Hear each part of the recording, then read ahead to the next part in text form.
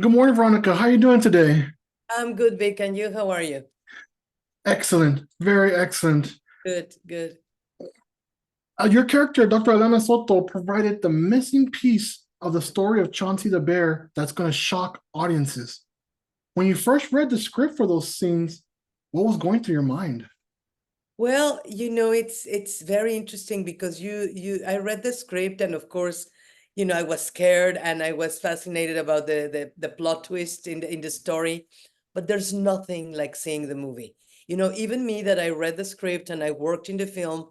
Yesterday we went at the premiere, and I was just fascinated of how different it is. When you see it on the big screen and how scary it was.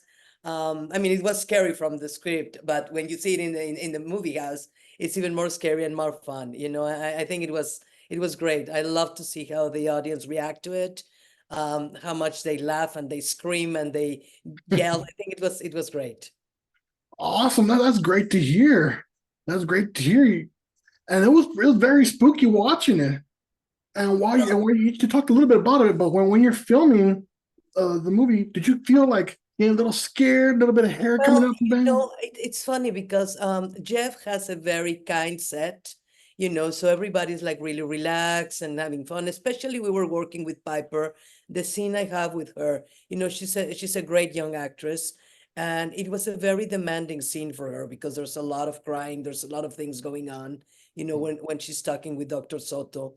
So the set was incredibly warm and kind and loving, so it was not scary at all, on the contrary. Especially the Wanda Wise, our producer and the star of the film.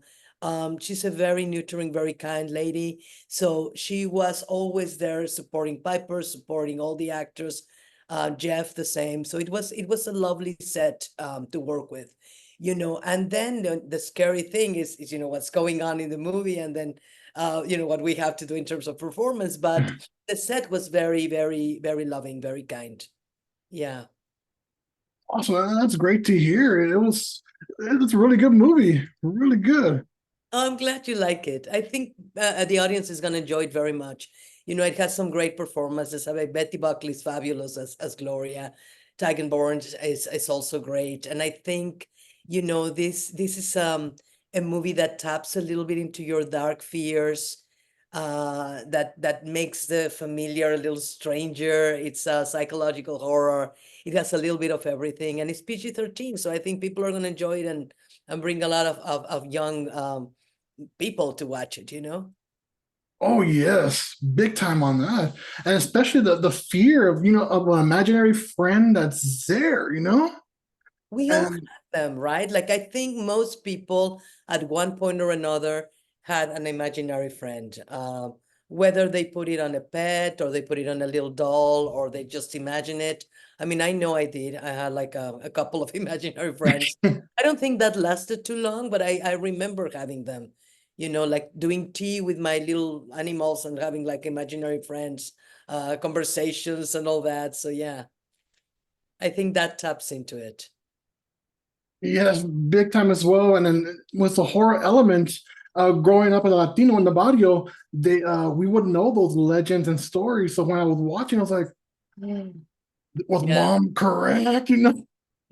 And that's the other thing, the movie has a very diverse cast, and I think that's very important nowadays. We have to have more representation.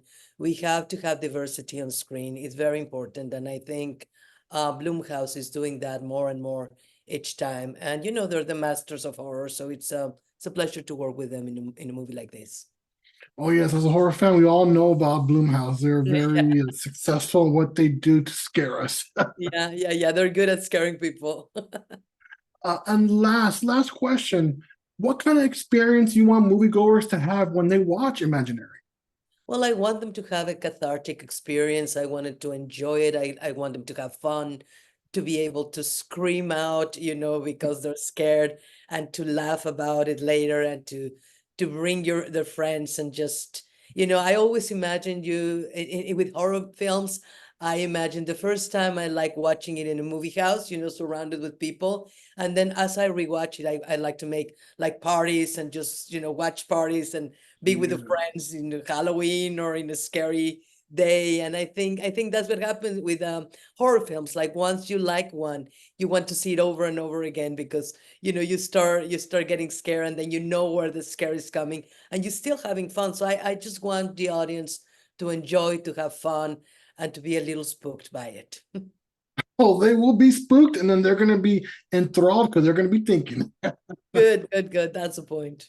Awesome. Thank you so much for your time, Veronica. And I'm really excited for everyone else to see the movie. Thank you so much, Vic. Thank you for the interview. Thank you. You have a good day. Have a nice weekend. Bye.